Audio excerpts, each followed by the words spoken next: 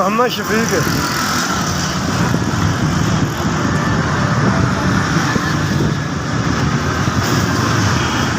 पेठा मिठाई है, पेठा मिठाई है 500-600 रुपये। बस गुजारा ही कर रहे हैं जी। पीछा पिंड छो बस कोई 8 10 1000 रुपये हो जाता, गुजारा ही कर रहे हैं जी।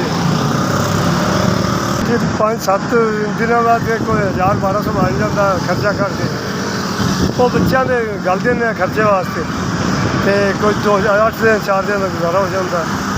हम आखिर करते रहने दिहाड़ी तो जेह्ड़े लभदे न अल्लाह दी आस्ते 4 दिन आज मैं 5-6 दिन का कम करन लगा लिया, कुछ भी नहीं बच गया।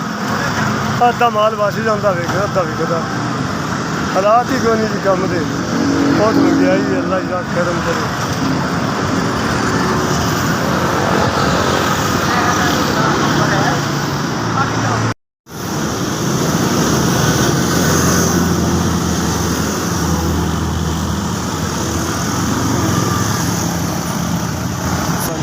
₹4000 की मेहरबानी थोड़ी, शाबाश रहेगी।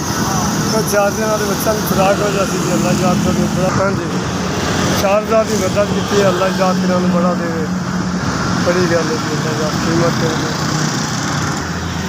SPS का मैं बड़ा शुक्रगुजार हाँ जिन्हें मेरी मदद की, 4000 रुपया मैंने दिता, अल्लाह याद इन्होंने बड़ा दे, बड़ी गल है जी, अल्लाह याद इन्होंने कीमत करने तौफीक दे।